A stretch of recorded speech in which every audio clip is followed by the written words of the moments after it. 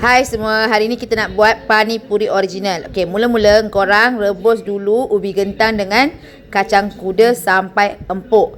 Lepas tu kita buat air asam dia.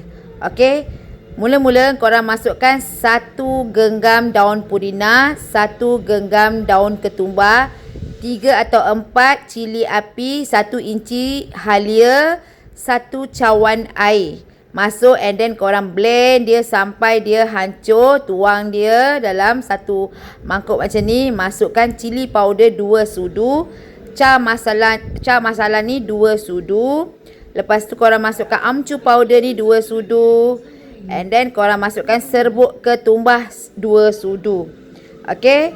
Lepas tu masukkan garam hitam ataupun garam biasalah, Himalaya garam tu korang masukkan dalam 2 sudu kecil lah. Masukkan 2 cawan air. Okey, lepas tu korang gaulkan dia.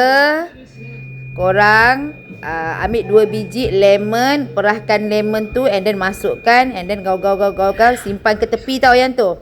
Okey, yang ini korang masukkan asam jawa dalam 1 cup.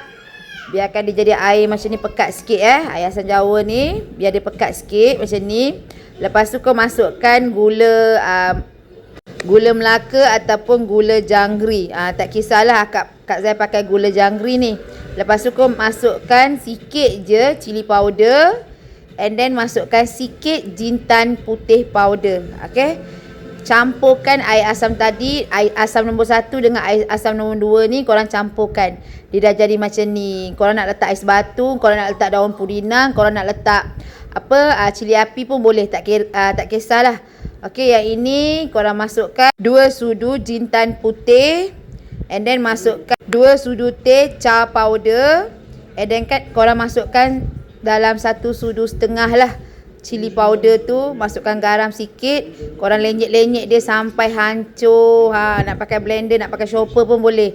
Dah hancur tu, masukkan bawang, masukkan daun ketumbar and then korang gaul dia macam ni. Dah siap dah inti kita. Lepas tu korang boleh goreng. Okey, korang boleh goreng puri tu. Okey, lepas goreng dah siap dah ni So Kak Zai jual pani puri depan rumah. Letak yogurt, letak air asam ni. Kita bagi anak-anak makan. Korang tengok anak-anak semua happy. Hari ni makcik dia buat pani puri. Semua orang happy. So anak-anak saudara Kak Zai datang, diorang nak pani puri. So Kak Zai buat pani puri yang letak yogurt dengan air asam ni. Air asam ni korang boleh letak air batu, korang boleh letak pudina, korang boleh letak cili. Sebab budak-budak nak makan, Kak Zai tak letak cili api lah. Okey, korang tengok ni. Happy anak-anak Kak Zai dengan anak-anak buah Kak Zai semua. Sebab anak-anak semua yang makan semua budak-budak, so Kak Zai tak letak air batu. Kita buat dengan air suam je. Okey, jom korang boleh cuba